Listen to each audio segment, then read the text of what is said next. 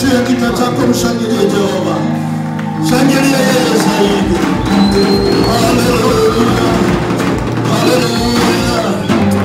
Haleluya. Haleluya. Natangaza vita vyako viende kukamilishwa kwa jina la Yesu. Natangaza vita vyako viende kumalizika kwa jina la Yesu.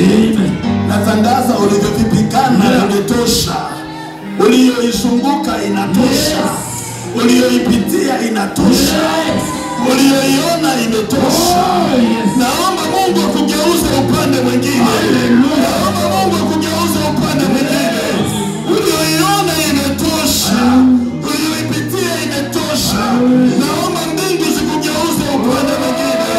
Naomba mbingu zikukumbuke jioni ya leo kwa jina la Yesu Kristo aliye hai.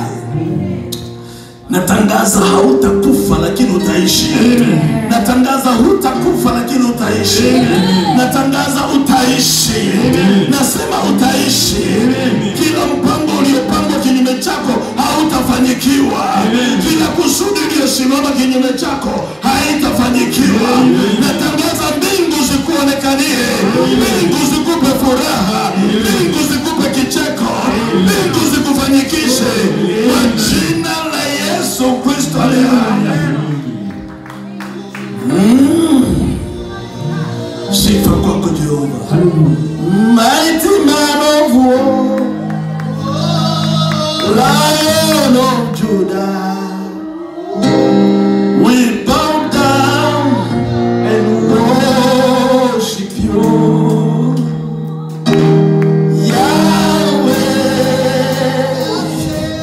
Yahweh, Yahweh, come and do what only you can. Mighty man of war, mighty man of war. Yes, Lord. Lion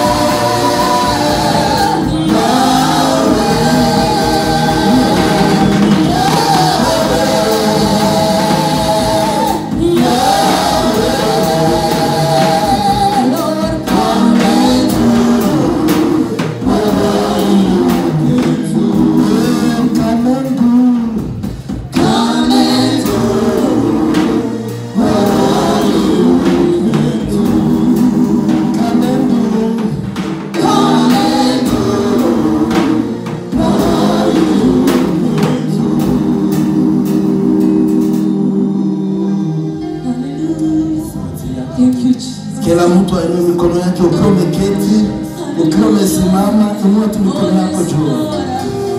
Naomba Mungu uigushe mikono inayoinuka. Uionyeshe wokovu wako. Hitaji za miaka uzijibu. Na matatizo iliyowafunga usifungue.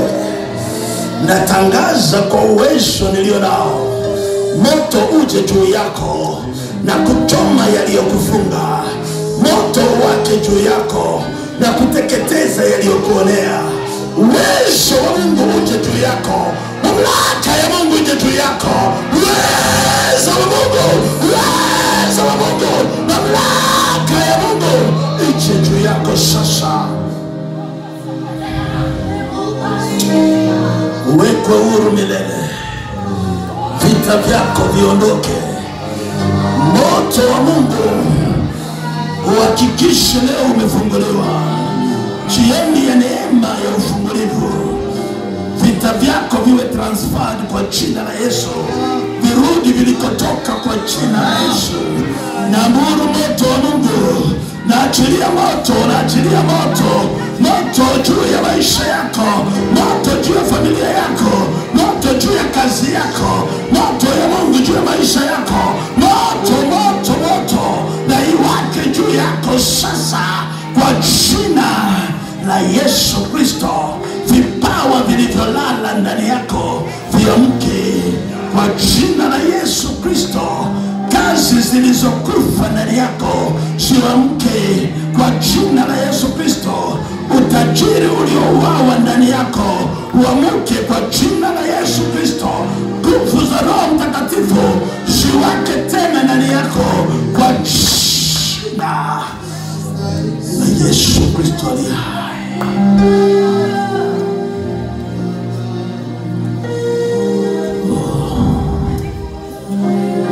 Asante Jehova, asante Bwana, asante kimbilio la vizazi vyote.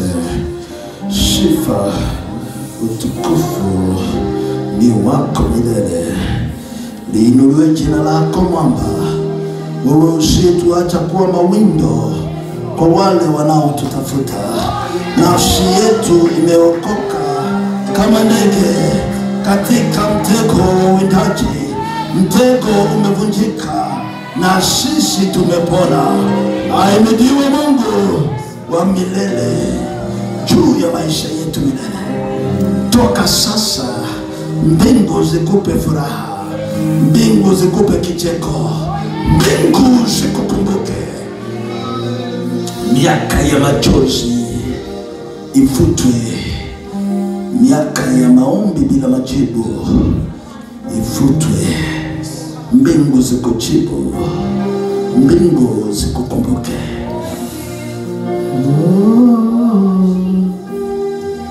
Sifa kwako Mungu. Machozi nililia miaka nenda rudi. Machozi nililia Bwana meyavuta. Maombi niliomba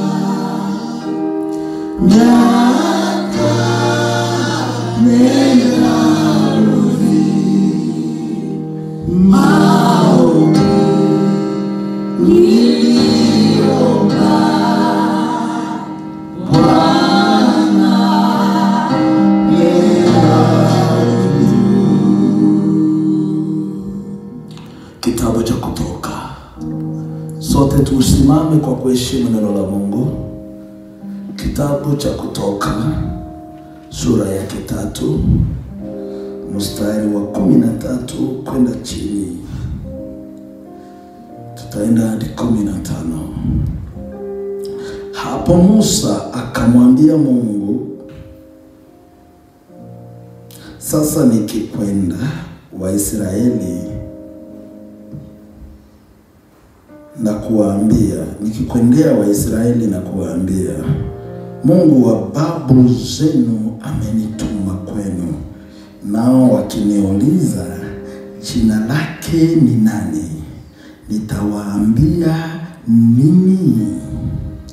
Mungu akamjibu, mimi ndimi niliye. Waambieni hivi watu wa Israeli, yule anayeitwa ndimi niliye amenituma kwenu. Waambieni hivi wa Israeli, Mwenyezi Mungu, Mungu wa babu zenu, Mungu wa Abraham, Mungu wa Isaac, Mungu wa Jacob amenituma kwenu, ili ndilo jina langu milele, na hivyo ndivyo litakavyokumbukwa katika vizazi vyote. Ni neno la Bwana. Angalia jirani yako, mwambie, mimi ndimi niliye amekutembelea leo. Ukiweza kuangalia mwingine, mwambie, I am the I am has visited you. Ukiweza kuangalia mwingine, mwambie, mimi ndiye niko nimekutembelea. Mimi ndiye niko. Haleluya. Haleluya. Tunaweza kuketi. Asante watumishi wa Mungu, na Mungu awabariki. Kwa wiki 3 sasa, majuma matatu, tumekuwa tukiangalia somo inasema the great I am. The great I am. Na mtu aseme the great I am. The great I am. Tumekuwa tukiangalia the power behind the attribute of God. Hallelujah. Amen. Tumekuwa tukiangalia nguvu zilizo nyuma ya jina ama jina ya Mungu. Hallelujah. Uwepo na mamlaka, uwezo iliyo nyuma ya jina ya Mungu. Na leo ninataka kukuambia ya kwamba mimi ndimi niko, ambaye niko atatembea hapa kwa maisha yako. Amen. Nasema atatembea kwa maisha yako. Amen. Nasema atatembea kwa maisha yako. Nasema leo tena atatembea kwa maisha yako. Kama unaamini sema haleluya. Tulianza tukaangalia anaitwa Jehova Jireh, na tukaangalia ni nini inahitajika ili kwamba Jehova Jireh akajisihirisha kwa maisha yetu. Haleluya.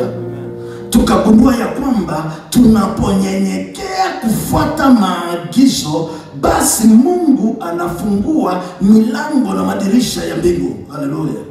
Anatutendea wakati atuzani na wakati hatutarajii. Na ninatangaza tena leo, Jehova Jireh akutembelee kwa maisha yako.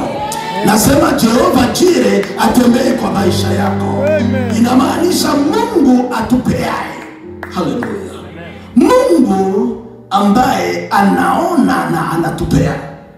Ninaomba leo Mungu aone hitaji yako na akupee jibu kwa jina la Yesu. Naomba shida yako ya kipesa itatuliwe leo kwa jina la Yesu.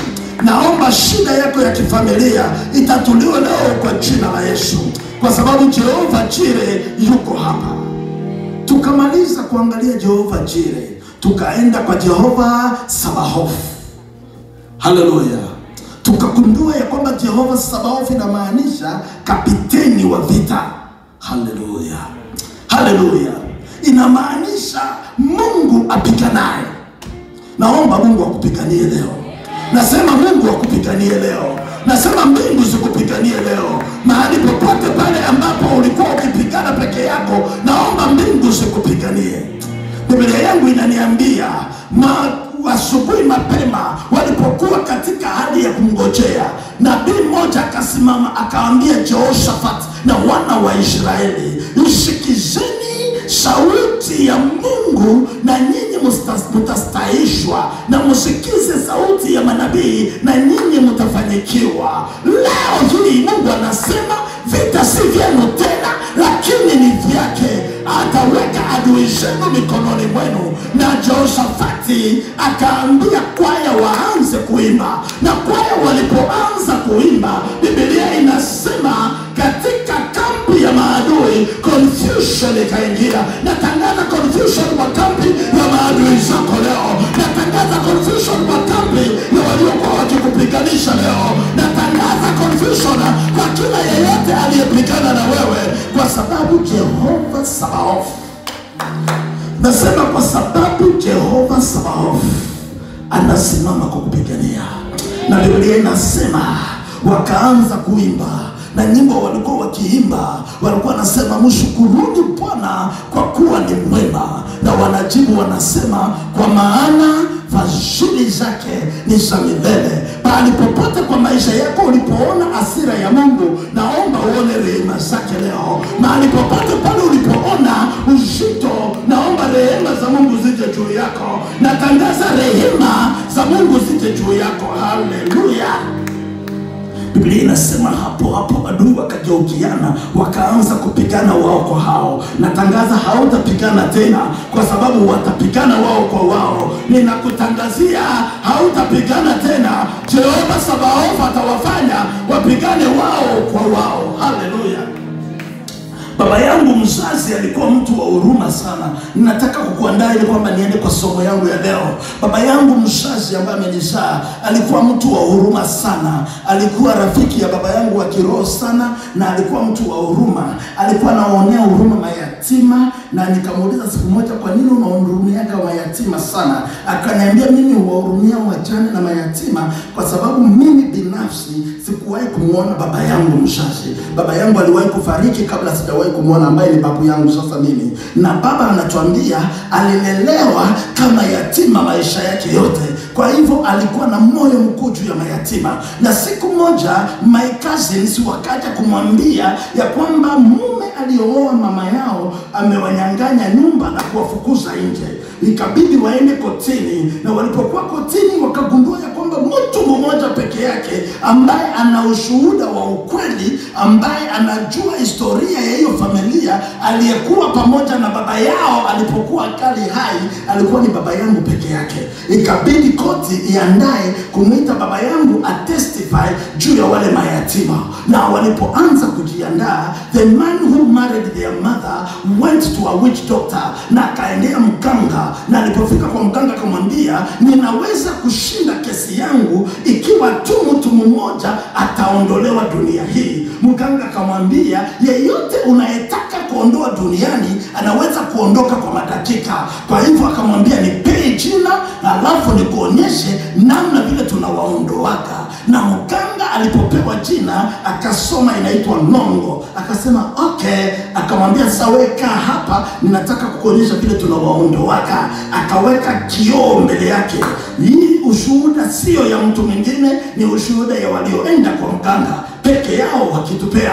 Wakaweka kioo mbele yake, na alafu wakachukua huyo mganga akamwambia, hii kisu ule mtu nitamuita jina yake, alafu atatokezea kwa kioo, na akitokezea nitaingiza kisu mahali popote alipo, ataanguka ghafla na anafariki. Kwa hivyo wewe usiwe na woga. Angalia jirani yako mwambie, sikufi namna wanavyofikiria. Tikiza jirani yako mwambie, mimi sifi namna wanavyofikiria. Kama unaamini pia Bwana makofi ya ajabu na ya furaha. Nasema hutakufa vile adui zako wanafikiria. Nasema accident iliyopangwa juu yako haitakuua. Nasema vita iliyopangwa juu yako haitakuua. Nasema walitarajia wazike watoto wako, hautawazika. Natangaza uzima, natangaza uhai, natangaza maisha marefu. Kama unaamini sema haleluya. Nasikia moto ya Mungu ndani yangu siku ya leo, mtu afunguliwe. Natangaza ni wewe utafunguliwa. Nasema ni wewe utafunguliwa, na sina woga wala shaka, mbingu zitakufungua. Walipochukua kisu hivi, mara moja wakaangalia, akaita jina ya baba yangu, na baba yangu akatokezea kwa kioo. Nilikuja kukutangazia, kutokezea kwa kioo sio shida, kumaliza kazi ndio shida. Sote tunaweza kutokezea kwa vioo, lakini sote hatutakufia kwa vioo. Oh my goodness. Your enemies, adui zako wamekuwa wakikusikia kwa audio, watakuona live. Nasema leo watakuona live. Watagundua ya kwamba hukufi namna wanavyofikiria. Mbingu zikutetee, mbingu zikupe haki. Neno la Mungu linasema kwa kitabu cha Malaki, nitaweka utofauti kati ya wale wanaonijua na wale wasionijua. Mungu aweke utofauti leo. Nasema Mungu aweke utofauti leo. Nasema mbingu ziweke utofauti leo kati ya wewe na wale wasiomjua Mungu, kati ya wewe unayemuita Jehova na wale wanaopigania nguvu za giza. Biblia yangu iko wazi. Na ikiwa Mungu anaweza kuweka utofauti, Mungu aweke utofauti leo. Nasema Mungu aweke utofauti leo. Nasema Mungu aweke utofauti leo. Unapotembea wanatarajia mahali unafaa kukwaa. Ukifika hapo wanajiuliza what happened? What happened? Ni nini litendeka? Wewe usishinde ukijiuliza, aliye mbingu ameweka nguvu kwa miguu yangu kuchoma kila uwezo wa giza unaowekwa kwa njia yangu. Ninapotembea, Biblia inasema Bwana ni mchungaji wangu, sitapungukiwa na kitu. Ananilalisha katika malisho ya majani mabichi, ananiongoza kando ya maji matulivu, anarudisha nafsi yangu, ananiongoza katika njia za haki kwa ajili ya jina lake. Naam, hata nikipita kati ya bonde la uvuli wa mauti, sitaogopa mabaya, kwa maana yeye yu pamoja nami. Kongo lake na fimbo yake inanifariji. Aandaa meza mbele ya adui zangu, ananipaka mafuta kichwani, kikombe changu kinafurika. Hakika wema na rehema zitanifuata siku zote za maisha yangu, na mimi nitakaa nyumbani mwa Bwana. Natangaza Bwana akulinde leo. Nasema mbingu zikulinde leo. Nasema mbingu zikulinde leo. Unapotembea uwe na raha moyoni, kwa sababu aliyekuokoa ana uwezo ya kukukinga. Anasema aliyekuokoa ana uwezo ya kukukinga. Aliyekuokoa ana uwezo wa kukulinda. Ikiwa wokovu ilikuwa ili kwamba twende mbinguni peke yake, ulipookoka ungelienda mbingu, lakini uko hai kwa sababu Bwana ana mpango na wewe. Inua mikono yako, mpe makofi mazuri kwa sababu ya ulinzi wake. Nasema Bwana hawashangaze wanaotaka kukugusa, kwa sababu yeye ni Sabaoth. Nasema yeye ni Sabaoth. Nasema yeye ni Sabaoth. Kapiteni wa vita. Hapo wakachukua kisu. Walipotaka kuingiza kisu hivi, ndugu mtoto mzaliwa wa kwanza wa huyo baba ambaye alikuwa anaitwa Musa akatokezea kwa kioo. Baba akamwambia, usiwe. Akamwambia, si umesema ni nongo? Akamwambia, aliyetokezea ni nongo, lakini anayetaka kupokea kisu ni mzaliwa wangu wa kwanza. Kama unafikiri wewe ndiye mchawi, kuna uchawi zaidi ya uchawi, inaitwa Ukristo. Ukristo sio jina, Ukristo ni mamlaka. Ukristo sio jina, Ukristo ni uwezo. Ukristo sio jina, Ukristo ni nguvu. Tikisa jirani yako, mwambie mimi ni Mkristo.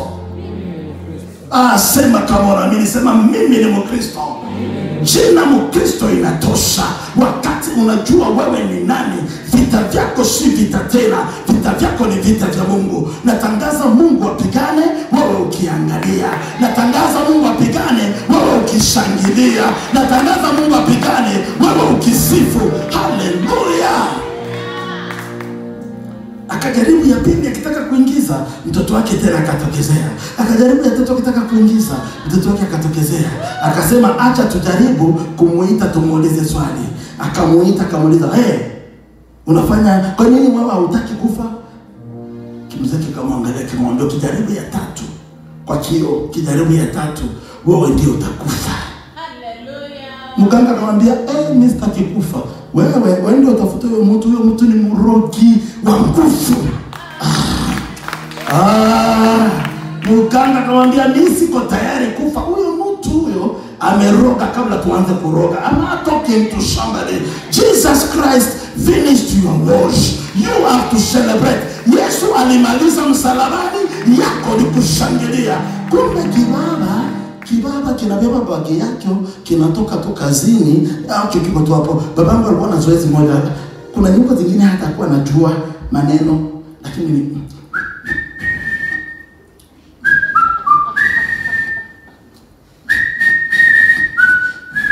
nasema Bushman.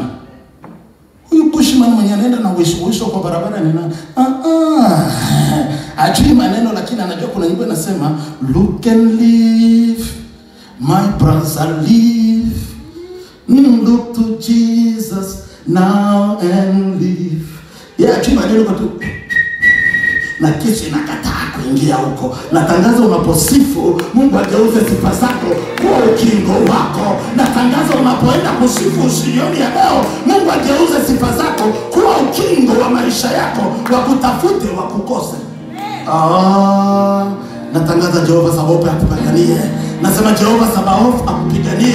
Nasema Jehova Sabaoth akupiganie. Siku moja dada mmoja akasema, mimi kitu moja tu ndio unanishangaza. Mnaona huyu mama Nombo huyu mama ni mchawi sana huyu. Tukamuuliza kwa nini? Unajua usiku nyumba yake huwa inapotea inakuwa bahari. Na sisi tunalala tu. Huyu mzee anakumbuka hiyo habari vizuri. Na sisi tunalala tu, hatujui nini inafanyikaga usiku. Kumbe usiku huwa tunakuwa transferred somewhere. Am I talking to somebody? I came to announce to you, even after your death, your body will never be played on by demons. I declare mwili wako hata baada ya kifo utashikwa na upumzishwe vizuri. Hakuna yeyote anaweza kuchezea mwili wako. Am I talking to somebody? Leo nimekuja kukutangazia kuna Mungu mbinguni aliye na uwezo kuliko nguvu za wanadamu. Hallelujah. Nikisema unapokufa bado Mungu anataka mwili wako ukingwe, sielezi habari ambazo sijui. Nilikuwa Kenya, hiyo ilikuwa 2011. Baba yangu akafariki katika mikono, aliyekuwa katika mikono yake ni yeye. Alikata roho akiwa amemshika hivi wakiongea. Na alipofariki nikakata simu nikamuuliza ni nini inaendelea. Watu wengine na hata mke wangu wakaanza kulia. Lakini mpaka leo ningali najikaza nitafute machozi ya kulia. Kumbe nilikuja kugundua Mungu anatulinda hata baada ya kifo. Kukaja mtu hapo kwa watu hawajatangaza matanga, ni hiyo tu watu wameshout mzee amefariki. Mara moja mtu mmoja ambaye alikuwa jirani wa karibu came running. He came running na akaingia kwa nyumba mara moja. Na mimi nikiwa hapa Kenya, nikiwa kwa magoti, ninaomba tu naambia Mungu asante kwa kumpumzisha mtumishi wako vizuri. Nashukuru. Mara moja Mungu Roho Mtakatifu akaniambia acha kwanza kuomba, piga simu. Nikapiga simu, nikapigia mzee nikamwambia kuna mtu anakuja. Wakaniambia wapi? Mzee ameenda. Nikamwambia mzee ameenda, lakini kuna mtu amekuja. Ili kwamba niwe specific nikawaambia jina yake. Nikamwambia huyo mtu anakuja na anakuja na shabaha moja. Huyo mtu alifanya patano na nguvu za waganga ya kwamba mtu ambaye ni famous like my father when he dies atakuja achukue uvuli, his shadow, so that aichukue awe anaitumia kwa uchawi kushtua watu na kutisha watu katika ndoto. Hello, that is so deep. If I start teaching you, ningenda kukufunza kuhusu mambo ya uganga, uchawi, urogi vile wao wanatumika. Wengine hapa wataomba sana. Wengine hapa hawaombaji kwa sababu hawajawahi kujua wenye wanawapiganishaga ni kina nani. Wao wanakuja kutoka pastor anasema inuliwa na Mungu. Amen. Haujui pastor anatoka jasho ya namna gani ili kwamba hiyo inuliwa na Mungu iwe kweli. Tikisa jirani yako mwambie anza maombi. Nikawaambia huyo mtu anakuja na msimuruhusu aingie. Atakuja na handkerchief kwa mkono yake, anakujia image ama shadow ya mzee ili kwamba waitumie kwa nguvu zingine, lakini msiruhusu hata mtu mmoja akaribia huo mwili. Nikiwa ninaongea mzee akaniambia amefika. Niko Kenya, mzee iko Kongo. Yeye baba yangu hapa akaniambia huyo mtu amefika. Nikamwambia hakikisha huyo mtu akaribie karibu na mzee. Mzee akamwambia unakuja kufanya nini? Akakujibu nini? Nimekuja kukusaidia. Nimekuja kukusaidia ili kwamba tuvike mwili mavazi na tuitoe chumbani, tuiweke sitting room kabla tujiandae vile tutafanya mipangilio mengine. Mzee akamjibu nini? Nikamwambia hauko kuhani kusuduguse mwili ya kuhani. Nikamwambia wewe sio kuhani ili kwamba uguze mwili ya kuhani, wewe kaa kando. Na mara moja huyo baba akakasirika kwa sababu shauku na shabaha yake imegundulika. Naomba Mungu afunue kila siri ya kila yeyote anayetafuta maisha yako. Naomba Mungu afunue kila siri ya kila yeyote anayetaka kupigana na wewe. Naomba Mungu siweke hadharani yeyote aliye na agenda kinyume ya maisha yako kwa jina la Yesu Kristo. Kama unaamini sema amen. Iwe mbele ni ya uoga. Kama unaamini sema amen. Amen. Nikakaa, nikauliza mzee, alikuja nako kaandika chifu kake, wakasema ndio, mfukuze aende. Halo. Wakati mzee alikuwa mgonjwa, nilienda kumuona Kongo na nilikuwa ninalala saa 8 za usiku, mimi na huyo kijana wangu Jack, the young brother to my wife. Tukiwa usiku kwa nyumba, nikamwamsha nikamwambia kuna mtu ametembea kwa hii uwanja, yuko hapa sio spiritually, yuko hapa physically na kuna kitu anafanya, lakini twende nje niwaonyeshe ni nani huwa anaroga hii mtaa. Jana kaniambia saa 8 za usiku, baba twende nje. Nikamwambia twende nje nikuonyeshe. Wakakaa nyuma yangu, wote wako na woga. Wakakaa nyuma yangu hivi, nikafungua mlango, nikatoka, hata wewe alikuwa hapo huyo. Nikatoka nje hivi, nikakutana na baba mzima amevaa kinyasa kadogo hivi kaboksa na abai kwa kifua, anakaa hivi kwa dirisha ya nyumba ya mzee. Nikamwambia, "Wewe unafanya nini hapa?" Akashtuka akaangalia hivi. Nikasimama hivi. Sasa shida, hakuna ingine mlango yoyote ambao atapitia kutoka mpaka aje hivi mahali ninasimama, atoke kwa mlango ya geti. Nikasimama hivi, nikamwambia, "Wewe unafanya nini hapa?" Akashtuka. Nikamwambia, "Toka, kuja." Akajiuliza kama nitamchapa. Akakuja tu pole hivi. Nikamwangalia, hawezi hata tena kuniangalia. Nikamwambia, "Mwana mzima kama wewe unakuja kuchawika kwa mtu hauvai hata. Kwenda huko." Akakimbia nje ya geti. Akakimbia na akaenda. Nikamfuata nje kuangalia mahali anaenda. Nikaona anakimbilia kwake, akaingia kwa bathroom. Nikamwambia, "Wewe toka kwa hiyo bathroom, toka uende kwa nyumba yako. Unangoja nirudi tena ukuje ufanye mchezo wako." Akatoka na aibu, akaingia kwa nyumba yake. Akasema, hapo nikasikia huko kwa nyumba yetu mama amepasuka na maombi huko. Nikasema, "Mama nini?" Tumekuwa katika ndoto ya vita. Ndoto ya vita hakuwa ndoto hapa. Mwenye alikuwa anawapiganisha alikuwa hapo kwa dirisha yenu. Natangaza awache katika mwili ama katika roho. Mungu amwaibishe na kumweka hadharani kwa jina la Yesu aliye hai.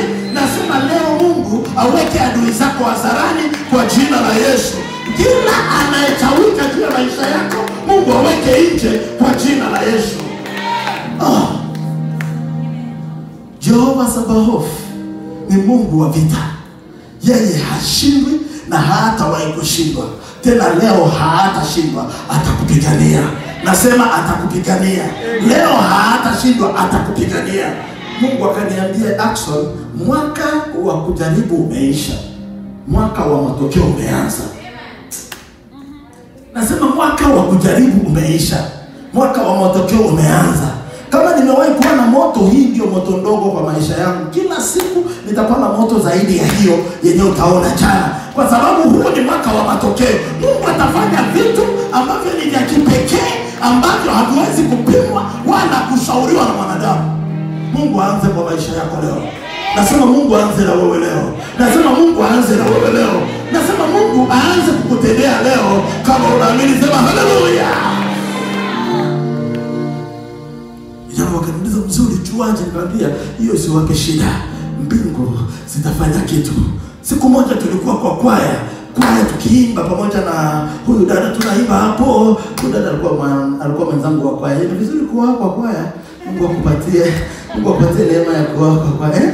Aonaje vile kama babu anaimba hapo, yeye na Jennifer wanakuwa wanapendeza hapo Ni nani yule nimuonaye mtu waine ndani ya hata kama kaupako kako ukijua mnaimba naye ni yeye katashuka tu.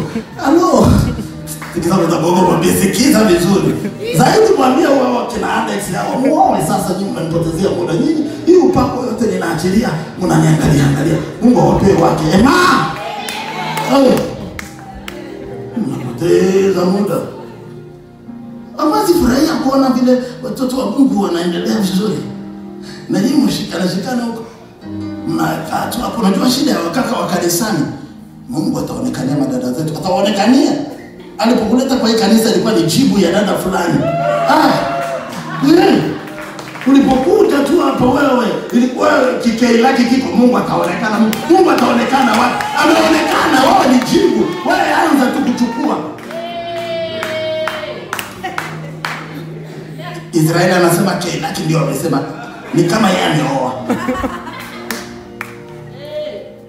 Sisi tukiwa katika kwaya hapo katika hali ya kuimba dada mmoja akakuja, tulikuwa kwa maombi, dada mmoja akakuja, mara moja bila hata woga akanipea mkono hivi. Aliponisalimia hivi mara moja nikashtuka na kama angalia nikamwambia, sasa wewe unakuja na nyoka, unataka nini? Nikashtuka akaniambia, nyoka iko wapi? Nyoka iko wapi? Nikamwambia sasa unajifanya. Israeli anaweza kukumbuka hiyo siku. Kama sasa unajifanya wewe. Unasema hauna nyoka kada. Mbele ya watu akani challenge. Sina nyoka, unaona wapi? Na kila mtu anaangalia mikono, hakuna nyoka lakini katika macho ya roho unaona kabisa kichwa ya nyoka kwa mgolea. Nikamwambia wewe unacheza na mwenye ujui. Unasema hauna nyoka kwa hivyo unataka kila mtu afikirie ulikuja tu kucheza hapa. Unafika kucheza na kuamuru kwa jina la Yesu Kristo. Na hiyo nyoka unabeba utembee kama hiyo. Akaanguka kwa viti na akaanza kutembea kama nyoka. Mchungaji akatokezea kwa ofisi yake na unasikia watu wakishout. Unajua kuna kitu Mungu anaweza kufanya. Unasikia watu wanashout, unafikiria wanashout. Kumbe ni uoga. Dada anazunguka mchungaji akasema, "Nini inaendelea?" Alikuwa anazoea kuongea kwa mapua. Nini inaendelea? Nikamwangalia nikamwambia, "Naona nataka."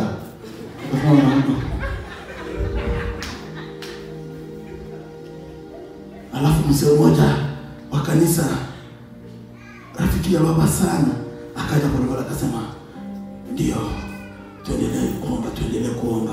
Mungu ataendelea kuwafungua." Alafu tukaanza kuomba. Mzee aseme tumwombee daima, nikamwambia sio saa hizi. Acha kwanza ajue. Natangaza wakuje kwa njia zozote zile. Mungu akupe macho ya nguvu, uwagundue, uwaweke hadharani. Mungu akupe nguvu za Jehova Sabaoth. Wanapokuja wagonge manga, wewe mwenyewe uwe na ushindi. Na achilia ushindi ya Mungu juu ya maisha yako. Natangaza ushindi ya Mungu juu ya maisha yako. Natangaza ushindi ya Mungu juu ya familia yako kwa jina la Yesu. Nilimwambia shetani siku hizi hakuji kanisani babu. Shetani akwambia mimi ndiye shetani. Ameshajua kama akija kama shetani utakemea yeye. Sasa atakuja kama mimi ndiye rafiki ya Jennifer. Ajifanya karibu ya Jennifer. Sio Jennifer anatafuta, ni kichwa yako. Sasa inahitaji siku moja unageuka hivi unamwambia wewe na Jennifer hakuna nguvu zimoja zinafanana. Sasa nakuamuru toka. Naomba Mungu afungue macho yako ya kiroho. Naomba Mungu afungue macho yako ya kiroho. Naomba Mungu afungue macho yako ya kiroho kwa jina la Yesu Kristo. Acha nikuibie siri. Hakuna mtu anaweza kuniangusha kama hapitii kwa biju.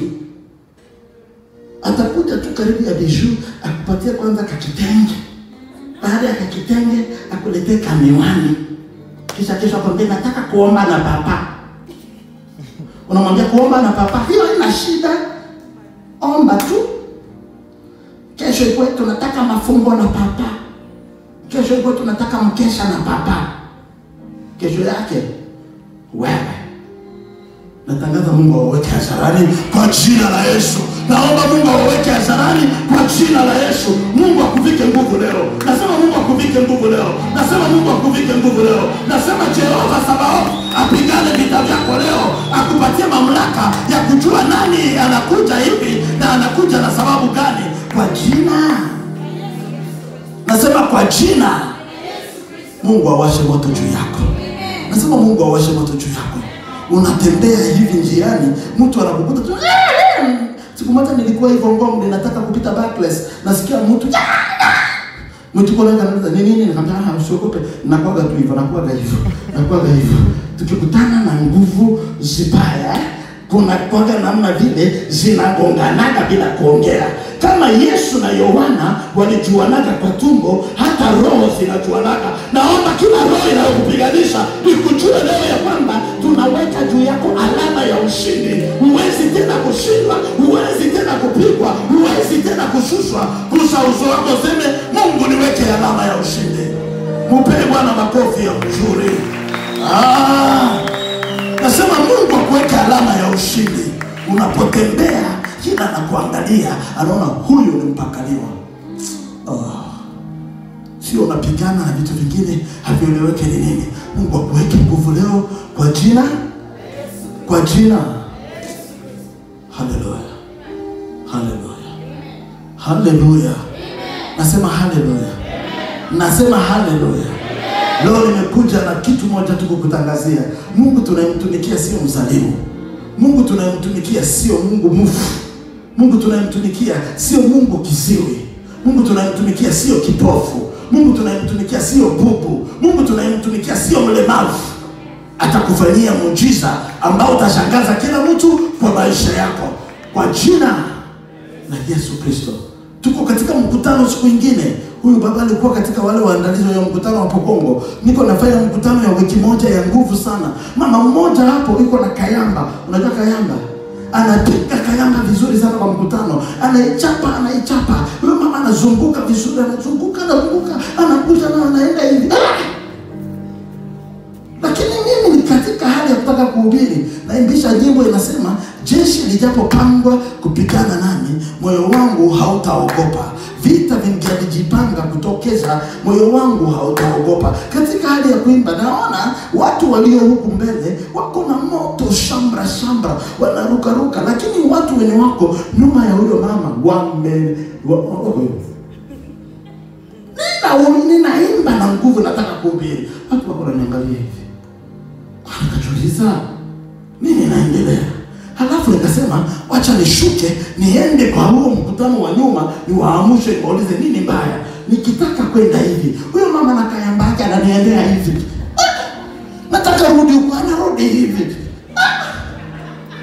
Nikajiuliza moto gani hii? Naenda hivi, ananifungia njia. Narudi hivi, ananifungia. Lakini kwa ukweli ni kwamba yeye, mimi nafikiria anacheza kwa vile wanachezaga na kayamba watu wawili.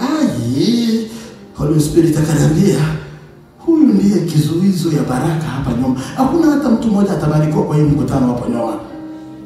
Nikamwangalia tu hivi, nikamkaribia polepole. Niko na kanapiga, lakini nikienda kuangalia macho kwa anafanya macho. Anafanya macho hivi. Nikakaribia sema naamuru kwa jina la Yesu kenye unabeba kikuache. Nilipompuliza nikasikia kasema nikakafuata na achilia moto juu yako. Kakaanguka chini. Alipoanguka chini, mara moja kulikuwa dada ambaye alikuwa ameletwa akiwa na wazimu, anakaa hapo kwa mkutano nyuma. Hapo huyo mama alipoanguka, na huyo dada akaanza kuvomit, na kutoka siku hiyo wazimu ikatoka, akawa mzima, akafunguliwa. Wengine waliokuwa na mashida na kuambia viti vya nyuma, kumbe walihakikisha wale wote wamebeba mashida wamekaa nyuma, alafu yeye amewafungia njia ya kutokufikia na nguvu za Mungu. Ninatangaza kila aliyesimama kwa njia yako, moto ya Jehova Sabaoth imchome leo. Kila aliyesimama kwa mpaka wa kufanikio wako, moto ya Jehova Sabaoth imchome leo. Kama unaamini sema haleluya. Patia Bwana makofi mazuri. Haleluya, haleluya, haleluya. Biblia inasema yeye ni Jehova Sabaoth. Huyo ndiye ambaye Daudi aliambiaga Goliati ya kwamba umenijia kwa upanga na mkuki, lakini mimi nimekujia kwa jina la Mungu wa majeshi ya Israeli. Naomba leo Mungu wa majeshi ya Israeli asimame kwa njia yako. Naomba asimame kwa njia yako. Naomba asimame kwa geti ya familia yako. Haleluya, haleluya. Sasa leo tunaenda kusoma kuhusu ya mimi niko ambaye niko. I am the I am. Angalia jirani yako mwambie I am the I am. I am the I am. Oh, mimi niko ambaye niko. Biblia inasema wazi, kuna mtu kwa Biblia ambaye alizaliwa wakati kulikuwa na mauaji. Watu walikuwa wanauawa. People were being killed. Hello, are we together? Watu walikuwa wakiuawa. Na watu wenye walikuwa wanauawa walikuwa watoto wanaume. Na mama mmoja akapata mtoto wanaume. Niliwaambia jinsi mama ya Musa alipata mtoto. Wakuga walikuwa wanaenda wakiwasaidia. Unazaa wakiangalia ni mtoto wanaume, wanaenda wanatupa kwa maji. Mama ya Musa akagundua ya kwamba mimi nikingojea wakuga wakuje, ninahisi vile huyu mtoto yuko kwa tumbo yangu anatembea vile Aaron alikuwa akitembea. Huyu atembei kama Miriam, anatembea kama Aaron. Inakaa huyu ni kijana. Hello. Naomba Mungu afungue macho yako ya kujua mimba ya maono unayoibeba ni ya aina gani kwa jina la Yesu Kristo. Naomba Mungu afungue nguvu za kiroho juu yako, uelewe maono ama ndoto zako zinakaa za aina gani, ili kwamba usiende kuzitupa kwa mikono ya yule ambaye hafai. Kama unanisikia sana, nasikia. Akasikia huyu mtoto anakaa ni kama atakuwa mwanaume huyo. Huyo mama akasema singoji wakuka, akajipeleka peke yake katika hali ya kujifungua. Naomba Mungu akupe nguvu leo ujifungue peke yako. Nasema Mungu akupe nguvu leo ujifungue peke yako. Inamaanisha nini? Kuna maono mengine ukiambia watu ninataka kuzaa haya, watayanyonga hata kabla yazalike. Mungu akufanikishe ujifungue peke yako leo. Nasema Mungu akufanikishe ujifungue peke yako leo. Kuna mambo mengine hayakuendelea kwa maisha yetu kwa sababu tuliyaongea kabla ya muda. Ni aje? Baadaye nikaona ni kama vile basi ataniambia kakitu. Na wewe unaishia pasi, unaambia pasi.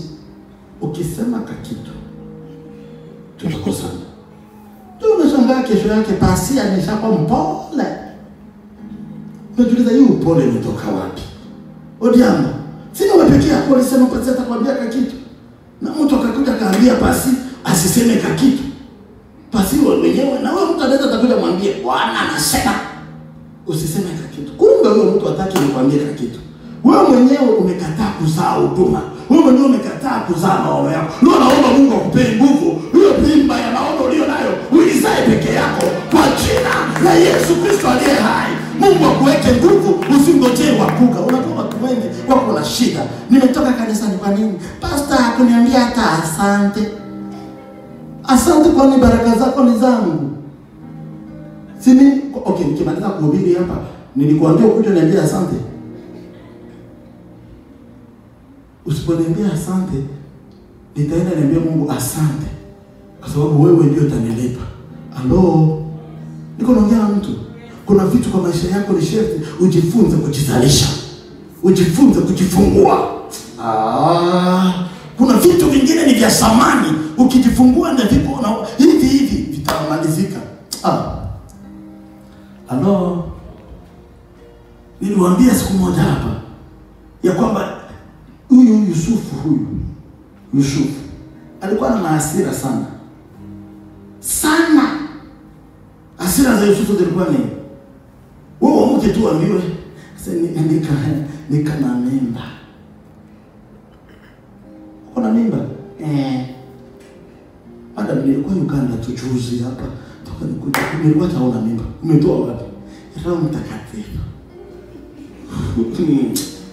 Huyu mzee ni rafiki yake na baba yako, nitamwambia kesho akurudisha kweli. Roho Mtakatifu anakuja kufanya nini?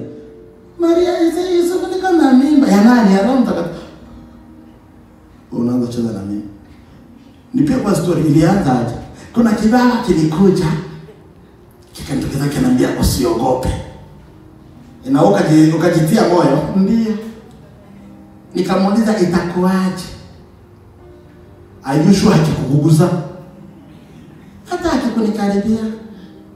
Wewe unanienjoy, unanichezea. Yusufu akaenda kakaa, kesho anafika kwa kina Maria. Akatiko mimba haka. ameshaanza kutapika tapika. Na kutema na kanaanza tembea na tumawe mawe. Wewe Maria usicheze na mimi wewe. Sasa Maria sikiza nikuibia siri kwa sababu sitaki ujinga nitakuacha. Lakini ningetaka mimi nikuaibisha. Mimi ningetaka nikuaibisha kwa muda yangu miaka yangu imenipotezea. Na infidelity yenye eleweki. Ili ningetaka kukuaibisha mimi ningeambia watu wakuchape. Lakini hivi nimekuonea huruma. Nitakuacha kwa siri. Biblia inasema na Yusufu kikaanza kujiwithdraw. Katika hali ya kujitoa, usiku mmoja tu anaona huyo jamaa mwenye alibebesha mke wake mimba. Anamkujia na kumwambia, "Wewe Yusufu, utake usitake, utachunga hiyo mimba." Yusufu anamwambia, "Wewe unafungua kina hapo?" Nafikiri Yusufu alipotoka kwa hiyo ndoto akasema, "Mungu wangu, hii uchawi ni ya kitui. Wameanza kunitumia hicho kijamaa kenye kilibebesha mimba kinaanza kuja kinanivalisha na hii mimba moja nimeivaa." Alo, Yusuf was so much frustrated. Na Yusufu tena anaenda anamwambia Maria, "Wewe sasa mbona nilikwambia tuachane na Amani? Unatuma hicho kijamaa kido." Na Maria anamwambia, "Hata mimi sijui." Na Yusufu alisumbuka sana. Lakini sikiza nikwambie siri. Kuna vitu ambavyo vimekusumbua kwa sababu ni vya kimungu. Mwisho wake itazaa matunda mema. Kwa sababu Mungu yuko ambaye yuko. Nasema Mungu yuko ambaye yuko. Anajuaga shida yako na magumu yako kabla haujaipata na anaipima. Biblia inasema hakuna jaribu ambayo itakukujia mtu ambayo itaenda zaidi ya imani yake. Na ikienda zaidi ya imani yake, Mungu atamfungulia mlango mwingine ili kwamba akaiepuke. Naomba mbingu zikushughulikie ujue ya kwamba Mungu yuko ambaye yuko. Mungu alijua ya kwamba nitapatia Maria mimba na nitaintimidate Yusufu. Alo, wewe ukiona Mungu anakupea huduma, ujue Mungu atakupea wenye watabeba huduma. Niko naongea na mtu. Mungu akikupea maono, ujue Mungu atakupea wenye watabeba maono. Mungu akikupea ndoto, inaweza kukaa na ikawie, ujue Mungu atakupea wenye watabeba ndoto. Niko naongea na mtu hapa. Alo, Mungu anaambia huyu mtu anaitwa Noah, "Noah, enda utangazie watu ya kwamba mvua itanyesha." The word rain never existed before Noah. Anasema vitu yenye havijawahi kuwa. For the first time kwa Biblia, jina mvua haikuwahi kuwa. Anaweza kwa Mungu, hiyo nasema ni nini? Mungu anamwambia manake kuna maji nyingi itatoka juu, maji nyingi itamwagika na itafanya maajabu. Anamwambia hiyo tutawahi kuiona tukitoka kwako. Anamwambia sasa mimi utaifanya. Kuna vitu Mungu anakuambia, unaviangalia kwa familia yako, havijawahi kuwa toka unakuaga. Kama ni Mungu amesema, kwenda ufanye. Nasema ikiwa ni Mungu amesema, kwenda ufanye. Hakuna siku Mungu atasema kitu alafu akajicontradict. Sasa jirani yako mwambie, kama Mungu amekuongelesha, basi anza kufanya.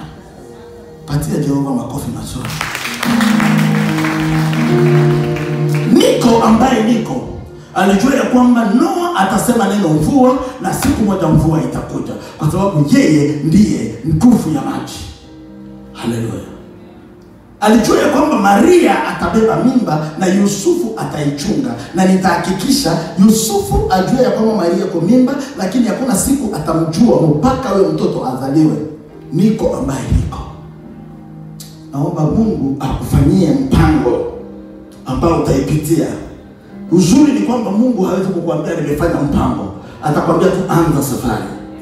Lakini kila mara unapofika mwisho anaongeza njia. Naomba Mungu akuongezee tena njia. Mahali pote ulifikiria umefika mwisho, naomba niko ambaye niko aongeze njia tena. Mahali pote ulifikiria umeguza ukuta, naomba niko ambaye niko afungue njia kwa ajili yako. Kama unaamini sema na kuhitaji Mungu. Haleluya. Mungu akapatia mama mtoto. Huyo mama akajikaza kujifungua na akajifungua mtoto. Na watoto wengine walikuwa wakitupa majini, huyu hakutupwa majini. Na watu wa Farao hawangelimuona. Lakini ikafika mahali Mungu akaona katika mpango ya huyo mama alikuwa aheshimu Mungu. Tuko pamoja? Kuna vitu ambavyo Mungu anaenda kuvifanya vitikise kwa maisha yako, ili kwamba uache kuaminia akili zako, uanze kuaminia akili za Mungu. Kuna vitu ambavyo vitaenda kupata zoruba katika maisha yako, sio kwa sababu zoruba itawaua, lakini ili kwamba Mungu awe Mungu na wewe ujue ya kwamba bila yeye siwezi kitu kwa maisha yangu. Kama unanisikia sema nasikia. Sasa huyo mama mtoto ilibidi aanze kwa analia na kasauti kakubwa usiku, na watu wanasema huyu mama katoto kanalialia huku ni kagani? Hiyo sio sauti ya Miriam. Hiyo sio kwani siku hizi Haruni kinalia kama mtoto. Mama akasema katoto katatuisha huko. Mimi mwenyewe nimechoka nako. Acha niende nikakatupe majini. Hiyo maji ambayo ilikuwa ikiwa wengine ikawa ndio maji ya kuokoa Musa. Natangaza mahali wengine walifia, Mungu akupatie uzima hapo. Mahali wengine walishindwa, Mungu akupatie mwanzo hapo. Mahali wengine walianguka, Mungu akupatie mwanzo hapo. Kama unaamini sema haleluya. Akaenda mwenyewe akaterekeza Musa kwa maji. Kumbe niko ambaye niko iko katika mpango. Biblia inasema kwa kitabu cha Yeremia sura 1:5 ya kwamba kabla hujazaliwa nilikujua, kabla hujawekwa kwa tumbo ya mama yako nilikufahamu, nilikuchagua kuwa kuhani na kuwa mjumbe wa mataifa. Naomba mbingu leo zikujulishe shabaha ya wewe kwa duniani haikuanza ulipozaliwa, ilianza katika mbingu kabla hujazaliwa. Sikiza mwenzako mwambie niko ambaye niko yuko hapa.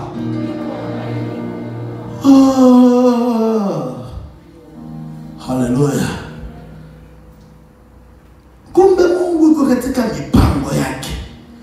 Akahakikisha msichana wa Farao amemchukua kwa miaka 40, amemchunga, mama yake alimnyonyesha, na mama yake anakuwa anamwambia wewe, ukweli ni kwamba hapa mahali unaishi sio kwenu. Mimi ndio mama yako. Unanisikiza wewe? Mimi ndiye mama yako. Na ndugu zako ni kile Kiaroni na ule Miriam, wale ndugu zako. Unanisikia? Kwanza Miriam ndiye aliniitishaga hapa, alikuwa anakuonyesha wewe Moses. Katika historia ya kibiblia wanasema ni Musa tu ndiye alikuwa stranger wa kwanza ambaye Farao alimpenda karibu kumfanya kuwa Farao. Sikiza nikuambie siri. Kupendwa na vyote vyenye vinakuzunguka, kama haijakuwa katika mpango ya Mungu, haitakufanya uinuliwe. Kama haijakuwa katika mpango ya Mungu, haitakufanya uinuliwe. Hata watu wakienda wanalala chini wapitie hivi na waseme nabii mkuu amekuja kwetu, kama sio katika mpango wa Mungu haitakuinua. Ni mpaka uheshimu niko ambaye niko. Kuna yule ambaye alikuweko kabla wewe haujakuwa, na alikuwa na mpango ambao ni sharti kila siku uende mbele zake umuulize, baba tumefika hapa, una sababu gani ya kufuata? Kuna sababu zingine za Mungu atakwambia azieleweki na wanadamu, lakini kama ni yake ni yake. Nilipojua ya kwamba maisha yangu inaenda kubadilika, wakati nilianza kuona ninaanza kupata tuna mshahara twa walimu. Nilikuwa mwalimu, nilikuwa nafunza kwa shule nyingi, secondary schools nyingi sana. Ama niaje mzee, nilikuwa napata tu pesa zangu hapo, naanza kufunza na naona maisha yanaanza kubadilika. Mimi na ndugu yake na Napoleon tulikuwa tunafunza naanza na kutu pesa hapo. Wakati yenye nilijua sasa nataka kupata kacheo hivi, kasikia Mungu anasema nataka wewe mtumikie Kenya. Kasema kai. So unamaanisha nimepitia magumu hapa, unasema unangojea kama mwangaza kanaanza kutokezea tena unanirudisha zero. Sikiza nikuibie siri. Hata wakati wa huduma, wakati Mungu alikuwa ananiambia utakuwa mchungaji, nikakataa, nikajaribu kwenda kufanya international relations. Nikajaribu njoo kwa kosi ya kwanza nilichagua nataka kwenda kufanya. Kwa nini? Kwa sababu baba yangu mdogo, anko yangu alikuwa mtu mkubwa kwa government. Ninataka aenda kufanya hiyo. Mwezi mmoja akafariki na sijaanza. Nikasema what? Nikasema gani nyingine yenye inaweza enda mbali na huduma sana? Psychology. Nikaenda nikafanya. Mungu akasema wewe fanya tu. niko ambaye wewe unaweza kufanya kila kitu unataka, lakini mpango wa Mungu juu ya maisha yako ni lazima itimie. Naomba Mungu afungue akili zako leo, usipoteze muda, umsikize kabla muda utaenda, ili kwamba baraka zako uanze kuzipata saa hizi. Kama unanisikia sema haleluya. Utaona wengine wetu sasa tulirudi shule ya Gubaru kwenda kuanza kutafuta theolojia. Wapi wanafundisha theolojia? Gubaru ilikuwa available. Kwa hiyo university nilikuwa nasomea kulikuwa theolojia, lakini mwenyewe nilichukua psychology. Sasa hiyo psychology hata sijui inanunuliaga maharagwe ama. Naomba Mungu akupatie neema uache kupingana na yeye. Naomba Mungu akupatie neema uache kupigana na yeye. Kuna mtu hapa Mungu akimwambia nakuita kwa huduma kwa jina la Yesu, kwa jina la Yesu. Sauti kama hiyo ninaifunga tena ninaiharibu. Utaiharibu mara 7 lakini itakushika. Wewe haribu tu. Geoffrey, haribu sana. Siku moja tutajikuta na Biblia.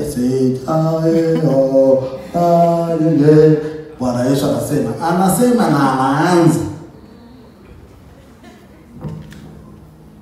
Unajua waliojiita wanakimbiliaga huduma, walioitwa wanaikataaga. Wanakuwa nasema Mungu mimi sitaki. Unaangalia baba yangu sasa nini anapata kwa huduma? Kupigwa kila siku na watu. Mimi sitaki huduma. Mungu anakuambia utake usitake, ni wewe nimechagua. Naomba mkono wa Mungu ulio juu yako ukufanyikishe kukufikisha mahali pa amani. Siku nilikubali mwito wa Mungu, sikupata pesa, lakini nikapata amani ambayo sikuwahi kupata kwa maisha yangu. Ningelifanyia watu counseling na wafurahi waende, but myself I never got peace. The day I accepted the calling, siku nilipokubali mwito, amani ikaja juu yangu. Naomba Mungu akufanyikishe, akuweke mahali unafaa kuwa, ili kwamba uwe na amani unayohitaji. Ujue ya kwamba hakuna kitu nzuri kwa hii dunia kama amani. Amani ya roho ndio kitu kubwa dunia hii. Mungu akupe amani leo. Naomba Mungu akupe amani leo. Naomba Mungu akupe amani leo. Musa akaamuka. Hiyo kuchochewa na mama yake, si ndio? Kujichota. Akamuka siku moja mimi nitaokoa watu. Mama yangu alisema kuna ahadi juu yangu. Alo, unajua watoto wenye wanabeba ahadi hata ikiwa nini hawakufaki. Hata wakiwafanya nini hawakufaki. Wewe unafikiria uko hai kwa sababu mtaa yenu polio haikuwahi kupita huko? Polio ilipitaga huko. Babu, kuna mtu nilionaga kwa TV anasema iko na polio na around 60. Kumbe polio ilikuwa hata wakati yenu. Hata kama wako unajua ni polio ilikuwa hapa. Baba, usifikirie uko unatembea na miguu mbili kwa sababu polio ilikuwa Kongo. Polio ilikuwa. Na wale watoto wenye ugonjwa wa polio sio kwamba hawakupewa hiyo dawa.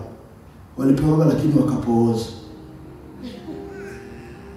Ngalajerera kumwambia wewe kuna mpango juu yako.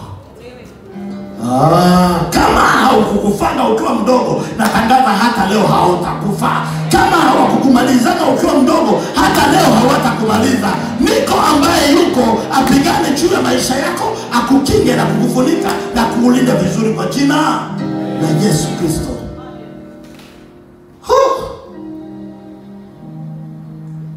Musa kikaanza sikia kujichota. Siku moja tu hivi kinapita mtaani. Unajua Musa alikuwa anafanya akipita, Waisraeli wote wanalala chini kwa sababu naye anatoka kwa nyumba ya Farao. Wote wanalala chini.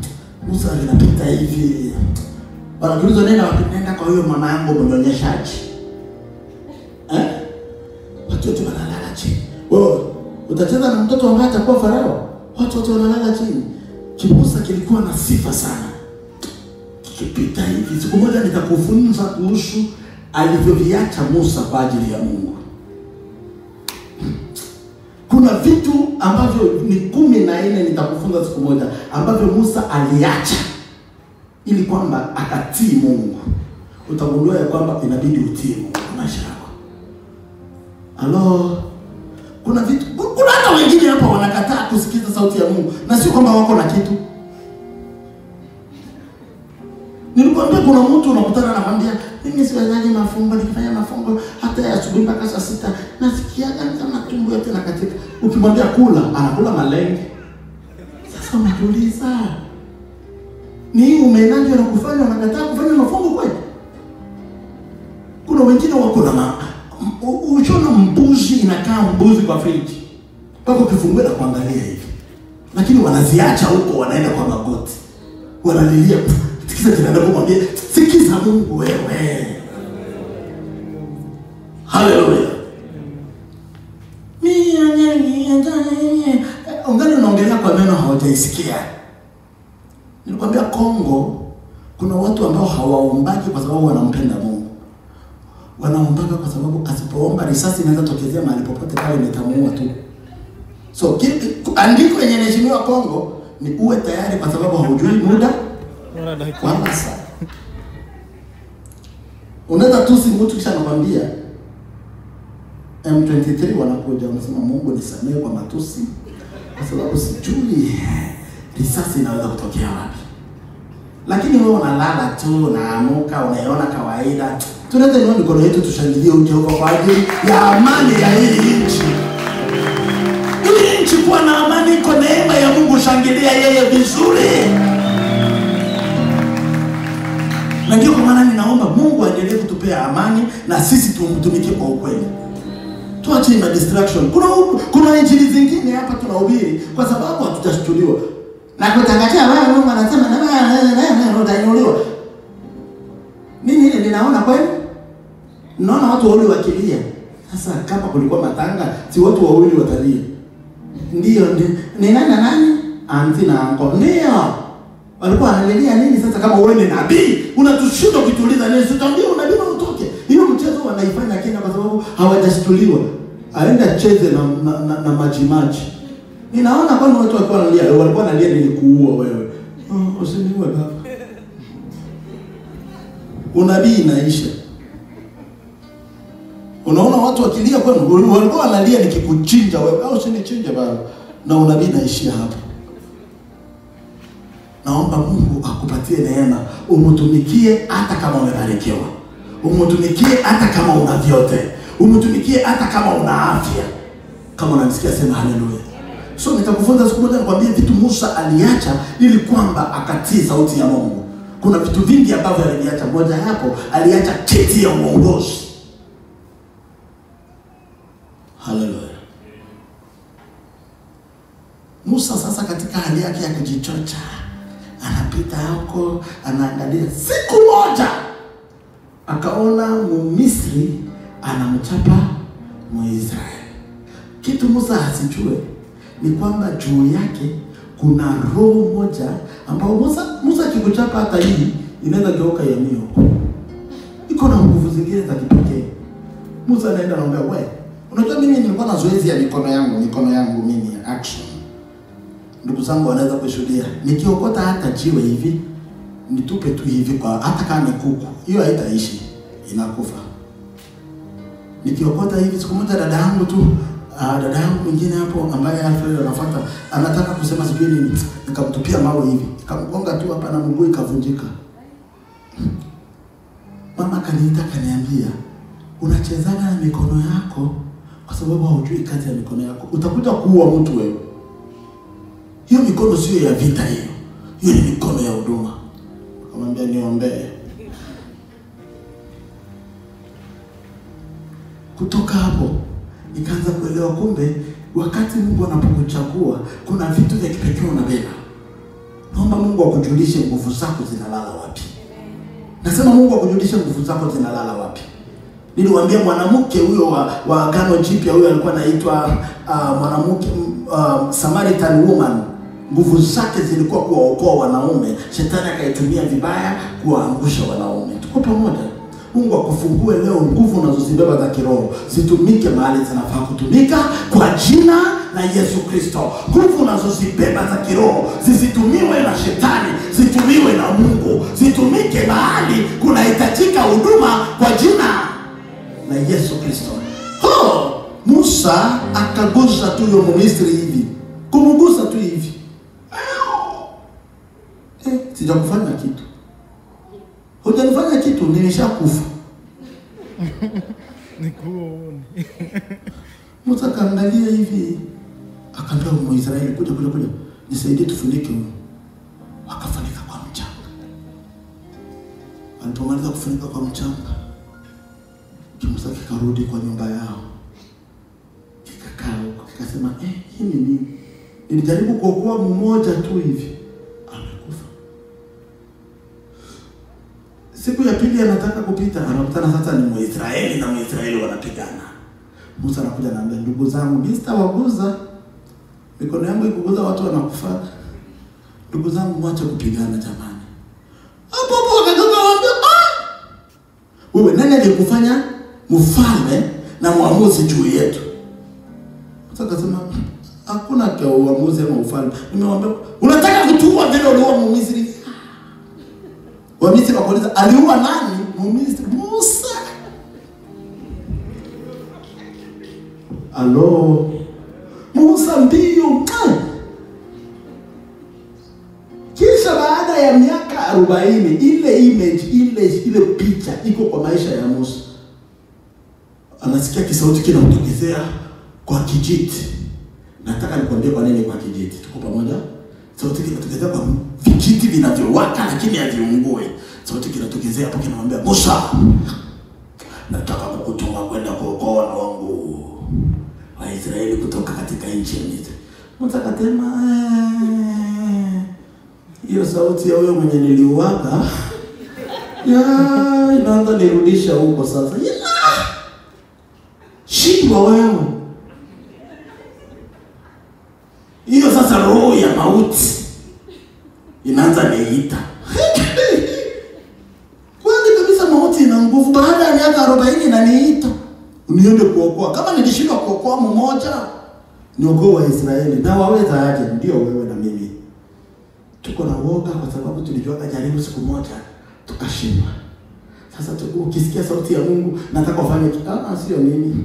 Hata kunena kwa lugha, kuna watu wanashindwa kunena kwa lugha kwa sababu siku moja alitafuta jaribu rara, tunasema barabara. Nilisema Yesu Kristo. Na njoo nakutana moto hata wakiomba. Hiyo rara kitaka kuta anasema Yesu Kristo. Wewe jaribu tena. Kama unaamini sema nitajaribu. Haleluya. Jaribu tena, kuna nguvu za Mungu juu yako. Haleluya. Kuna siku yenye utaambia mtu kitu na haitakuja kuwa hivyo. Usikimbie, jaribu tena. Haleluya. Musa, mimi niliua mtu, siwezi. Kama nilishindwa kuokoa Israeli mmoja, nitaweza taifa yote. Alafu Mungu akamwambia, nitaenda na wewe, ama nitakuwa na wewe. Hiyo inamaanisha nini? Hiyo jina niko ambaye niko kwa Kiebrania inamaanisha aliyekuweko, atakayekuweko na aliyeko. He who was, he is, and he is to come. Inamaanisha nini? Alikujua kabla akuite, anakujua anapokuita, na anakujua utakapoenda atakapokubali wito. Naomba Mungu akuwezeshe leo ujue niko ambaye yuko hapa kwa jina la Yesu. Amen. Musa akamwambia, utakuwa na mimi? Sawa, sasa tufanye hivi. Tuseme bale. Sitaitika nitaenda. Lakini kama ningeliitika kwa mfano, kama Musa yuko anaongea, soma Biblia yako. Musa akamwambia, kwa mfano ningeliitika kwenda, alafu nifike huko Waisraeli waniulize, wewe Buda unakuja kutuokoa, nani amekutuma? Aidha wewe Buda uko unaniongelesha, uliniambia kwanza number 1 nitoe viatu, nikakubali. Nikatoa viatu. Namba 2 ukaniambia mahali hapa ni patakatifu, nikakubali. Ukaniambia niende niokoe na Israeli, niko kama mwenyewe. Unaweza kunikubalisha, lakini nikuulize, unaitwa nani wewe? Mungu akamwambia, niko ambaye niko. Musa akasema, sasa tunaona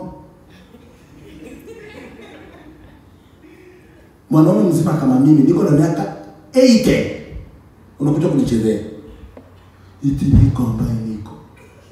Hiyo ni nini? Halo. Mungu ambaye anataka kutembea hapa leo ni Mungu ambaye jina lake haliwezi kueleweka na adui zako. Ni Mungu ambaye unahitaji revelation ili kwamba umjue vizuri. Naomba Mungu akupatie ufunuo ya kumwelewa zaidi. Naomba Mungu akupatie ufunuo ya kumwelewa zaidi. Akamwambia niko ambaye niko. Musa akajiuliza inamaanisha nini? Ndio Mungu akamwanzia sasa akamwambia mimi ndiye Mungu wa babu yako Abrahamu, Isaka na Yakobo. Sikiza sasa, sikiza vizuri. Niko ambaye niko inamaanisha nini? Mimi usitaki kujua jina langu. Nitakuwa lile ambalo nitakuwa kwa wakati utakaponihitaji. Inamaanisha nitaitwa kenye utanihitaji kuitwa. Ukihitaji harusi utaniita mume. Ukihitaji watoto utaniita uzao. Niko ambaye niko. Utakachokihitaji mimi ni funguo ya kufungua mahali pote. Kile utakachokihitaji niite hicho, nitakuwa hiko. Ninakuja kukutangazia hitaji yako inajibu katika niko ambaye niko, kwa sababu lolote unalolihitaji liko katika jina yake. Sema niko ambaye niko nijibu leo. Kwa wale ambao ni mayatima niko baba. Kwa wale ambao ni wajane niko mume. Kwa wale ambao hawajiwezi niko uwezo. Kwa wale ambao ni wagonjwa niko uponyaji. Kwa wale ambao wamefinyika niko uweza. Nimekuja kukutangazia niko ambaye niko yuko hapa juu yako leo, atakufanyia lolote unalolihitaji. Kama unaamini sema haleluya. Niko ambaye niko inamaanisha kwa hitaji ya babu iko jibu, bado kwa hitaji yako iko jibu. Kwa hiyo dakika moja atakavyomjibu yeye sio hivyo atakavyokujibu wewe, lakini ni huyo mmoja, kwa sababu niko ambaye. Patia Bwana makofi mazuri. Haleluya. Musa akamwambia kwa hivyo inamaanisha I don't need, sihitaji jina, ninahitaji uwepo. Haleluya. Sitaki jina yake, ninataka uwepo wake. Akiniambia tu niko na wewe inatosha. Haleluya. Amen. Akisema tu niko na wewe, it means hauhitaji assurance. Unahitaji peke yake assurance. Ukijua uko na yeye, hiyo inatosha zaidi ya kila kitu. Ukitembea tu na yeye unajua yuko mahali hapa. Katika hali ya vita yeye ni Sabaoth. Katika hali ya hitaji yeye ni Jaira. Katika hali yoyote ile yeye yuko ambaye. Haleluya. Kuna hitaji nyingi ambazo uko nazo. Unajua kuna mtu hapa anaweza tuambie unagonjwa nini?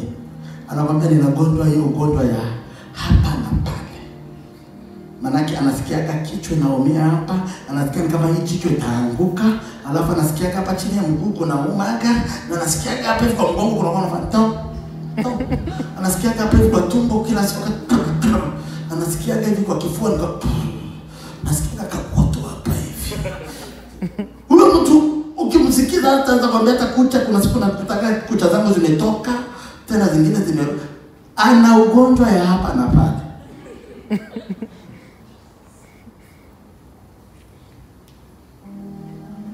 Huyo mtu sio kusema aseme utamnunulia dawa gani atakunywa ya kuponyesha nini. Huyo mtu anahitaji niko ambaye niko. Natangaza magonjwa yako leo yakutane na niko ambaye niko. Natangaza shida zako zikutane na niko ambaye niko. Natangaza hayo magumu yako yakutane na niko ambaye niko. Natangaza kila chochote ulichokipitia kwa familia kikutane leo na niko ambaye niko. Atatue magumu yako yote kama vile yanavyojipanga kwa mstari kwa jina la Yesu Kristo. Musa akasema okay, I'm ready to go. Na wakati Musa alikubali, ndio kwa maana Musa hakuwahi kutumia formula moja. Ya kwanza ilikuwa Mungu alimtokezea kwa kijiti. Kwa nini? Kwa sababu Mungu alitaka atumie kijiti ya Musa. Tuko pamoja? Mungu alimtokezea kwa kijiti kama ishara ya nini? Kijiti ni mama ya vijiti. Ili kwamba atakapozungumzia kwa kijiti, hiyo kijiti ya Musa ipewe ruhusa, kwa sababu kila mtu dunia hii anayefanya kazi ya Mungu anakuwa ameruhusiwa na mtu fulani. Sikiza nikwambie siri. Leo ninatembea kwa hii upako kwa sababu huyu baba alikuja akaniachilia, akaweka Biblia juu yangu, akaniambia sasa ninakutangazia kwenda kwa mataifa. Achilia kile Mungu ameweka ndani yako. Hata ukitaka kunimaliza, malize kwanza yeye. Sini yeye nituma. Halo. Na ukitaka kumaliza, maliza Mungu wake. Kama unanisikia sema nasikia. Sasa ilibidi hiyo kijiti iruhusiwe na vijiti kwenda kutumika na Musa. Musa akaenda na kijiti ambayo kila kijiti imeikubali kwa sababu sauti ilitoka kwa vijiti. Na Musa alipofika na hiyo kijiti mbele ya vijiti vya Farao ambavyo vilikuwa havijaruhusiwa na kijiti yoyote, Musa aliweka tu chini hivi. Kumbe kenye kilifanyika ni maajabu. Ukisoma habari za Daudi na Goliati, Goliati anasema Biblia inasema Daudi alipoenda kwa Goliati alichukua kombeo yake na fimbo yake. Lakini wakati Goliati alipomwona hakumwambia unakuja kwangu na fimbo. Alimwambia umekuja kwangu na fimbo nyingi. Soma Biblia yako utaelewa. Anaomba mbona umekuja kwangu na fimbo nyingi? Inamaanisha nini? Fimbo moja ya Daudi ilikuwa imebeba fimbo ya Musa, ilikuwa imebeba fimbo ya Yakobo, ilikuwa imebeba fimbo ya Isaka, ilikuwa imebeba fimbo ya Abrahamu. Daudi alikuwa na fimbo 5 na mawe 5, ndugu yangu. So Daudi alikuwa anasimama hivi, Goliath anamwangalia hivi, anaona ndani ya Daudi, anaona Musa, anaona ndani ya Daudi, anaona Yakobo, anaangalia hivi, anaona ndani ya Daudi, anaona Isaka, anaona Abrahamu, anasema leo nilitaka jamaa kako na makalakala. Kana simama hivi akamuuliza, "Wewe mtoto unanikujia na fimbo nyingi kwa nini?" Daudi akamwangalia hivi, akamwambia, "Wewe unakuja na upanga na mkuki. Mimi nimekuja na jina la Mungu." Haleluya. Wakati Daudi alipoachilia, huyu Goliath iko natarajia Daudi akitupa fimbo hivi. Kumbe atatupa mawe hivi. Anaangalia hizo fimbo 5 hivi, anajua kama kaka atanichapa. Kumbe ni mawe itakuja. Na niliwaambia hiyo mawe haikwenda kwa moyo, hiyo mawe haikwenda kwa mguu, hiyo mawe ilienda kwa fufu la kichwa, ambayo ilikuwa ni ishara ya kwamba siku moja Yesu ataenda kwa fufu la kichwa Golgotha, ili kwamba akavunje nguvu za shetani. Na natangaza juu ya maisha yako leo, mawe ambayo utaiachilia hapa, niko ambaye niko akupe nguvu, iende juu ya fufu la kichwa ya adui zako, wasiamuke hata siku moja, kwa jina la Yesu. Musa akaenda na fimbo moja ambayo inabeba fimbo nyingi. Alipoweka chini, wale watu wote niliwaambia hapa juzi, si ndio? Watu wote wa Farao walikuja nao wakamwambia tutachallenge muujiza yako. Wakaweka nao fimbo zao chini. Nafikiri Musa alisema kai, sasa hii ni muujiza gani Mungu alinituma nao? Unafikiria hii ndio the top? Hao wameshaifanya hata mtu mmoja wote. Nafikiri Musa alitaka kusema Aaron, nipate kachache tuambie Mungu na sio multiply hii fimbo. Kumbe Mungu akiana haja ya kumultiply muujiza. Hiyo tu muujiza yako moja inaanza tu pole pole. Inameza kwa kwanza, inameza kwa pili, kwa tatu. Farao nafikiri alipoona Kaine na wako wa 6 akataka Mungu hata hizo zingine. Funga. Ikameza kama mwisho. Nafikiri walingojea sasa itapike. Hivi imetuonyesha kama inaweza kumeza, basi itapike hizo fimbo zetu. Wakona kimusa kinaiokota na zote kikaenda nazo. Naomba Mungu akupe nguvu siku ya leo. hiyo yako moja imeze zao zote na uondoke nazo kwa jina la Yesu Kristo. Kutoka hapo Farao kwanza akakuwa hana tena nguvu. Miujiza ingine yote yenye ilifuataga ilikuwa ya ujinga. Farao, Musa anaamuru vyura. Tuko pamoja? Frogs. Vyura vikija, Farao anawaambia, na nyinyi muje muamuru vyura. Sasa wakiamuru vyura na mmeshakuwa na vyura. Si ni ujinga? Tu zinakuwa nyingi. Mpaka Farao akitembea.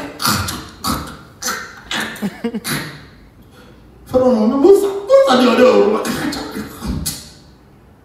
Naomba adui zako wakutafute ili kwamba wapate amani. Biblia inasema Farao akasema muniitie Musa. Musa akakuja. Farao akasema Musa, ninakuomba tu kitu moja. Ambia Mungu wako tumekubali atuondolee vyura. Musa akamuuliza, soma Biblia yako. Musa akamuuliza, unataka vyura viondoke siku gani? Farao akasema kesho. Musa akamwangalia akamwambia, basi vyura vitaondoka kesho. Inamaanisha nini? Kutoka saa hizi mpaka kesho utasumbuka nazo. Wengi wetu hapa tuko na vyura kwa maisha, lakini kwa hiyo unataka Mungu aondoe vyura siku gani? Kesho. Ambia Mungu aondoe vyura. Nasema ambia Mungu aondoe vyura. Inua mkono wako sema kesho. Aondoa vyura kwa maisha yangu. Sio kesho. Saa hizi na iwe saa hizi. Shangilia Bwana kwa makofi. Simama kwa miguu yako tuombe. Naomba Mungu atoe vyura kwa maisha yako saa hizi. Niko ambaye niko. Ilipofika kwa maji, alipasua maji. Ilipofika kwa mwamba, alifungua mwamba. Ilipofika kwa damu, maji aligeuza kuwa damu. Kwa nini? Yeye ni jibu kwa kila kitu. Iko ambaye iko. Kuna hitaji yenyewe unafikiria hii moja Mungu anaweza kufanya na hii moja daktari anaweza kufanya. Kuna wale? Si kuna hizo? Nasikia mtu anamwambia, shida yako ni nini?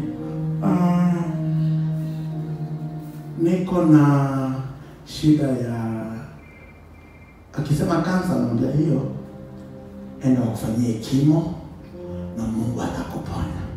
Wewe acha uoga wewe. Nasema niko ambaye niko anaweza kuponya kila kitu. Nasema anaweza kuponya kila kitu. Nikiwa Ngongo akaniletea ndugu fulani, sitaki kusema jina yake, mnaweza kumjua. Huyo ndugu aliamuka tu hivi na kaanza kukojoa fresh blood. Paka daktari wakashtuka wakajiuliza hii ni nini, hawaelewi ni nini. Wakamleta kwangu. Nilikuwa ninaishi na yeye. Nikamuuliza ilianza nini, akaniambia hajui, lakini imemshtua mpaka daktari wamemwambia hiyo ni ugonjwa mbaya, itamuua kwa masaa. Nikamwekelea mkono nikamuombea. Kaambia Mungu, mimi sijawahi kuona hii ugonjwa, lakini nimewahi kuona Mungu mwenye anajua kila ugonjwa. Haleluya. Ponya huyu. Mpaka kesho hatawahi gonjeka hiyo ugonjwa tena. Alipona mara moja. Akakimbilia. Ushasikia mtu kwa nashukuru Mungu kwa choo. Haleluya. Haleluya. Nimepata Bwana. Nikamwambia wewe uko kwa choo. Mungu akupe ushuhuda leo. Nasema Mungu akupe ushuhuda leo. Nasema Mungu akupe ushuhuda leo. Ugonjwa za aibu Mungu asiondoe kwa maisha yako. Magonjwa yasiyojulikana Mungu azifunge kwa maisha yako. Magumu yasiyojulikana Mungu ayaondoe kwa maisha yako. Kwa wale wanahitaji nyumba, awape nyumba. Kwa wale wanahitaji shamba, awape shamba. Kwa wale wanahitaji kazi, awape kazi. Yeye ni niko ambaye niko. Yeye ni jibu kwa kila hitaji. Inua mikono yako mbele zake. Fungua kinywa chako. Uanze kumwambia kile kenye unahitaji. Fungua kinywa chako. Anza kumuita Bwana. Anza kumuita Bwana. Acha niwaombe sote tukuje hapa mbele kwa dakika moja. Kujeni hapa mbele kwa dakika moja. Karibia madhabahu kwa dakika moja. Tuanze kumuita Jehova. Ukija uendelee kuomba. Ukikaribia hapa endelea kuomba. Ukikaribia hapa endelea kuomba. Anza kumuita Jehova. Anza kumuita Jehova. Anza kumuita Jehova. Ukiweza kutembea hapa mbele tembea. Ukiweza kupiga makofi piga. Lolote lile ukiweza kupiga magoti piga. Anza kuambia Jehova, niko kwenye madhabahu yako. Wewe uko ambaye uko. Unipe nyumba, unipe gari, unipe kazi, unipe watoto. Fungua tumbo yangu, fungua familia yangu. mulilie Jehova, mwambie chochote unachotaka leo. Vita vyako si vikubwa kuliko Mungu, magumu yako si makubwa kuliko Mungu. Kazi zote ambazo unazihitaji ziko katika mkono wake. Muujiza unaohitaji uko katika paja ya mikono yake. Umwambie leo, atakutendea. Fungua kinywa chako, mwambie niko wewe hapa na wewe Mungu uko ambaye uko, ninakuamini. Kama ni bwana yako anakusumbua, mwambie niko, nipatie amani kwa ndoa. Kama ni shida zinakutesa, mwambie niko, nipatie amani. Kama ni magumu, kama ni kazi, kama ni chochote, lilia Jehova leo. Haleluya, haleluya, haleluya. Mulilie Bwana, mulilie Mungu, mulilie kimbilio. Mwambie Bwana niko hapa, mwambie Jehova niko hapa. Jina lako lina nguvu, jina lako lina uweza. Lilia Bwana, mwambie Jehova uko hapa. Ndugu yangu, ongeza hiyo volume ya kibodi kidogo hapo.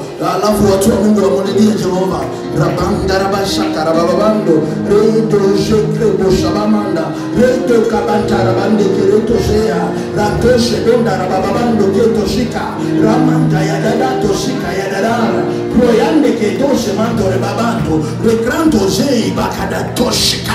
In the name of Jesus, natangaza kila chochote kile ambacho moyo wako unakihitaji, Mungu zikupe siku ya leo. Natangaza kila chochote kile ambacho Mungu anafaa kukupa kisikupite kando leo, kikutane na wewe. Niko ambaye niko, akutane na haja ya moyo wako. Niko ambaye niko, akutane na shauku ya moyo wako. Niko ambaye niko, akutane na hitaji ya moyo wako. Kama ni familia yako kuokoka, niko ambaye niko awaokoe leo. Kama ni watu wako kufunguliwa, niko ambaye niko awafungue leo. Kama ni kazi ya watoto wako, niko ambaye niko awape leo. Kama ni chochote kile unakihitaji, yeye ni yote ndani ya yote. Yeye ni jibu kuliko kila kitu. Nilikuja kukutangazia Mungu ni mkubwa, Mungu ni mwenye nguvu. Atatenda zaidi ya yote, atakukumbuka zaidi ya mawazo yako, atakutendea zaidi ya fikra zako, atakuinua, atakubariki. Yuko hapa, mulilie leo. Yuko hapa, muite leo. Yuko hapa, mutafute leo. Yuko hapa kwa jina la Yesu Kristo. Inua mikono yako yote mbele za Bwana, sema Yesu Kristo, niko mbele zako, na kuamini wewe, naamini nguvu zako. Hakuna hitaji isiyo na jibu, kwa maana wewe ni yuko ambaye yuko, unashinda kila kitu. Ninaamini umenikumbuka leo. Ninaamini utanikuta mahali pa hitaji yangu. Ninaamini hitaji yangu ni tofauti na ya wengine, kwa hivyo jibu yangu ni tofauti na ya wengine. Unapoweka hiyo mikono pamoja, ambia Bwana akutendee, ambia Bwana akutendee, ambia Jehova akupe majibu ya mahitaji yako, ambia Jehova afungue familia yako, ambia Jehova akumbuke nchi yako, ambia Jehova akumbuke uzao wako, ambia Jehova akumbuke watoto wako, mwambie Jehova akumbuke huduma yako, mwambie Jehova akumbuke nguvu zake juu yako, akujaze upya tena, akujaze upya tena, akujaze upya tena, akutendee tena, akufanikishe tena, akuonekanie tena, kwa jina la Yesu Kristo, kwa jina la Yesu Kristo, kwa jina la Yesu Kristo, kwa jina la Yesu Kristo. Brother, come here, pray for me. Just stand here. Just lift up your hands. Father, I thank you.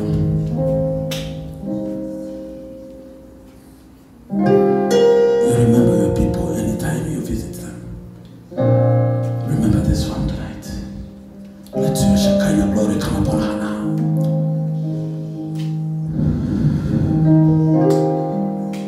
Let your Shekinah power set her life free. Whatever was fighting her, let it hit the cross and never to rise. Declare you shall live. Declare you shall shine. No more tears, because it is your season now. Be set free now, and let the power of God come upon you. Whatever was holding you, I mark you with favor. I mark you with glory, that nothing can ever stop you. Nothing will ever stand on your way. In Jesus' name. Thank you, Jesus. Oh, Jesus, I thank you. Glory to Jesus.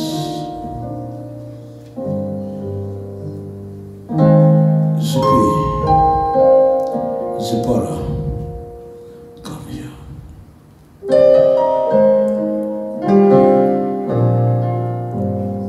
Just lift up your hands. I rebuke the spirit that's fighting against you and against your destiny. Activate your gifts. And I declare, after this day, let the power of God mark you with glory. Now, be marked by favor and by power. Everything that has ever failed you will never fail you again. Go, conquer every spirit, and shine for the glory and honor of the name of the Lord.